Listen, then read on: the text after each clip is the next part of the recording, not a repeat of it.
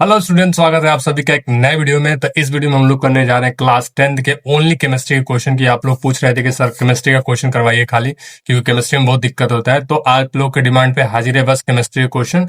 इस वीडियो में हम सिर्फ और सिर्फ 50 सब्जेक्टिव करने जा रहे हैं केमिस्ट्री के। देखते हैं कितने मिनट में कंप्लीट कर पाते हैं। तो बिना कोई टाइम वेस्ट किए चलते हैं, शुरू करते हैं अपना पहला क्वेश्चन। और पहला क्वेश्चन पूछ रहा है, निम्न में से कौन सा अम्ल पेट में पाया जाता है। हमारे पेट में कौन सा अम्ल पाया जाता है आपको भी पता है और सबको पता है। वो अम्ल का नाम है हाइड्रोक्लोरिक अम्ल, HCl, जो भोजन पचाने में क्या होता है, सहायक होता है, और जिसका पीएच कितना होता है, 1 होता है। आगे बढ़ते हैं।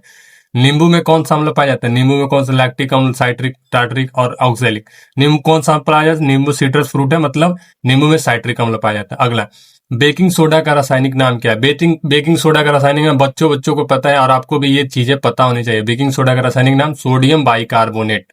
बी नंबर ऑप्शन सही है। आगे बढ़ते हैं। धातु को काटने के लिए किस गैस का उपयोग किया जाता है। धातु को काटने के लिए मतलब जो मेटल कटर होता है उसमें किस गैस का उपयोग है, उसमें ऑक्सीजन का उपयोग किया जाता है, जोड़ने में भी और काटने में। अगला, लोहे में जंग लगना किस प्रकार की अभिक्रिया है। लोहे में जब जंग लगता है तो वो किस प्रकार की अभिक्रिया, अपचयन, ऑक्सीकरण, विस्थापन, उदासीनीकरण। देखो, लोहे में जंग लगना ऑक्सीकरण की अभिक्रिया है, किसमें, क्योंकि इसमें ऑक्सीजन की जरूरत होती है। आगे बढ़ते हैं। निम्न में कौन सी धातु सबसे हल्की होती है। सोडियम, लोहा, तांबा, एल्यूमिनियम।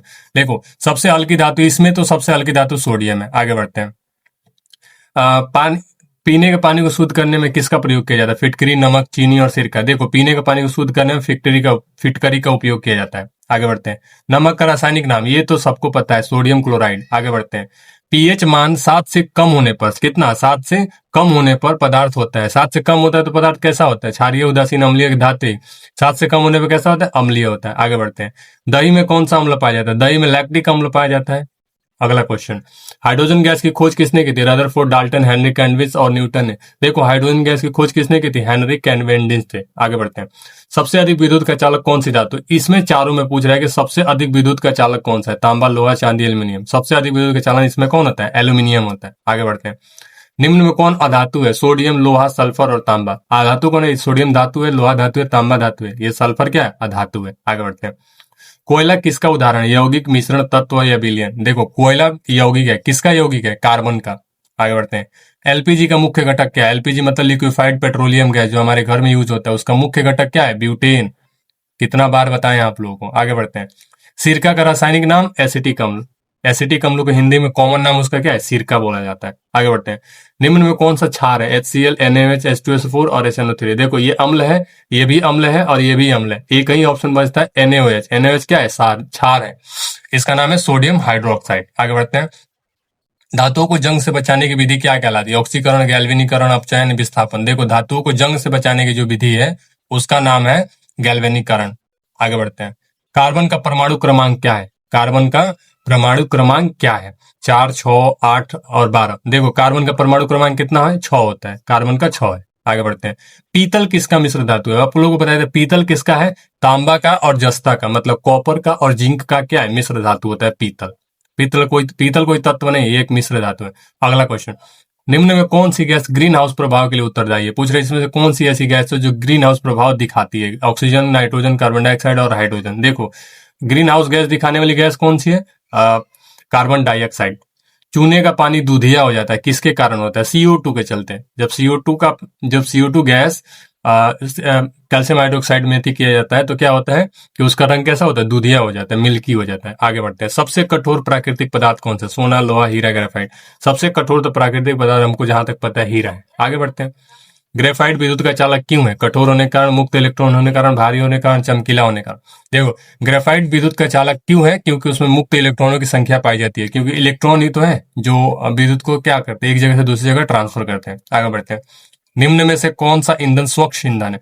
कोयला, लकड़ी, CNG और केरोसिन। देखो, स्वच्छ ईंधन उसको बोलते हैं जो धुआं ना दे, ज्यादा पोल्यूशन ना करे। इसमें एक ही ऑप्शन है, कौन है, CNG गैस। CNG सबसे बढ़िया गैस है। आगे बढ़ते हैं।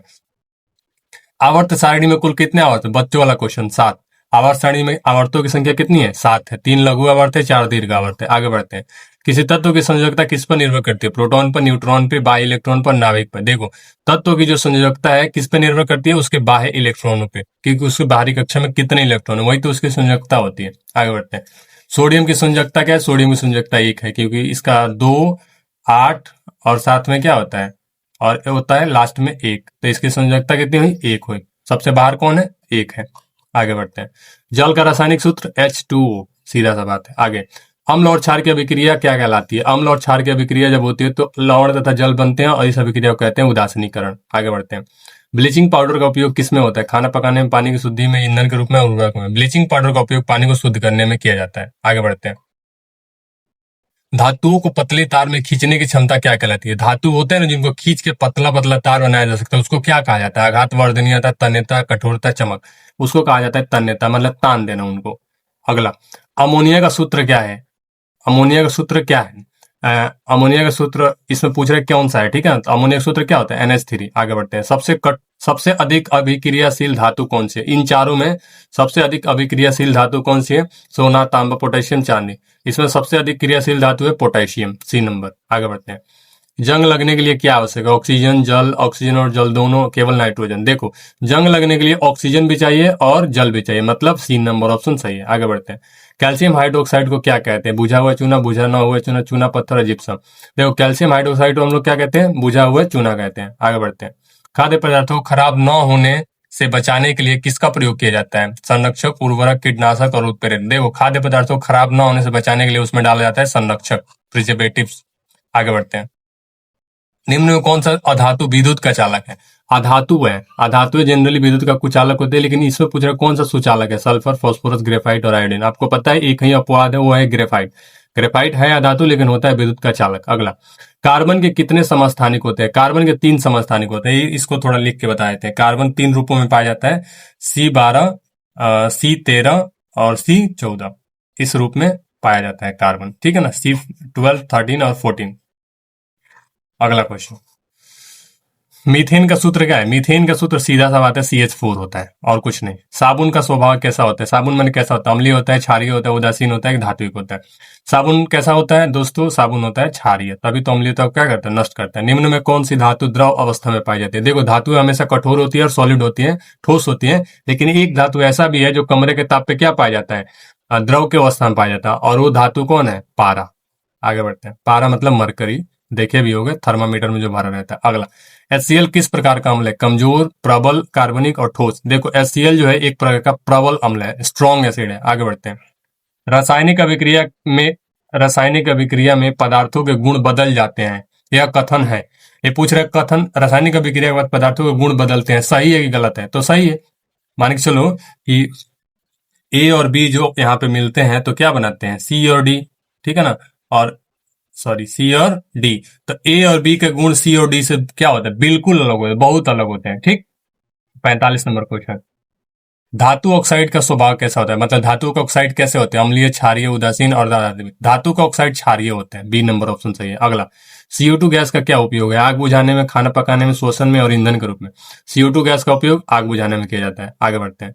इलेक्ट्रॉन पर आवेश होता है, धनात्मक, ऋणात्मक, उदासीन और प्रतिवर्ती। इलेक्ट्रॉन पर कैसा आवेश होता है? ऋणात्मक होता है, क्योंकि इलेक्ट्रॉन निगेटिवली चार्ज होते हैं। अगला, जिप्सम का रासायनिक सूत्र क्या है? जिप्सम का रासायनिक सूत्र CaSO4.2H2O होता है। ये B नंबर ऑप्शन इसका क्या है? सही है। आगे बढ़ते हैं। इलेक्ट्रॉन का आवेश कैसा होता है? ऋणात्मक होता है। फिर ये क्वेश्चन क्या है? रिपीट हो गया। अगला, जिप्सम का रासायनिक सूत्र CaSO4.2H2O। अगला, हाइड्रोजन को किस गैस का ईंधन कहा जाता है? हाइड्रोजन को किसका ईंधन कहा जाता है? ठीक है ना, भविष्य का, अतीत का, वर्तमान का, बेकार। हाइड्रोजन को भविष्य का ईंधन कहा जाता है, याद रखिएगा। फ्यूचर में बहुत स्कोप है कि हाइड्रोजन का उपयोग होगा ईंधन के रूप में। अगला, रसायन विज्ञान किसका अध्ययन है? मैंने रसायन विज्ञान में किसका अध्ययन किया जाता है? रसायन विज्ञान में किसका अध्ययन किया जाता है? पदार्थों का अध्ययन किया जाता है, ठीक है। तो ये सिर्फ 9 मिनट में ही 50 क्वेश्चन हो गए आपके, बहुत ज्यादा इंपॉर्टेंट। और केमिस्ट्री में ये आने वाले क्वेश्चन है क्योंकि AI ने इसको गेस किया है, ठीक है। अगर वीडियो अच्छा लगा हो तो वीडियो को लाइक कीजिएगा, चैनल पे नए तो सब्सक्राइब कीजिएगा, और आपका कोई दोस्त भी है तो उसके पास भी वीडियो शेयर कीजिएगा। और मिलते हैं नेक्स्ट वीडियो में, तब तक की तैयारी के लिए गुड।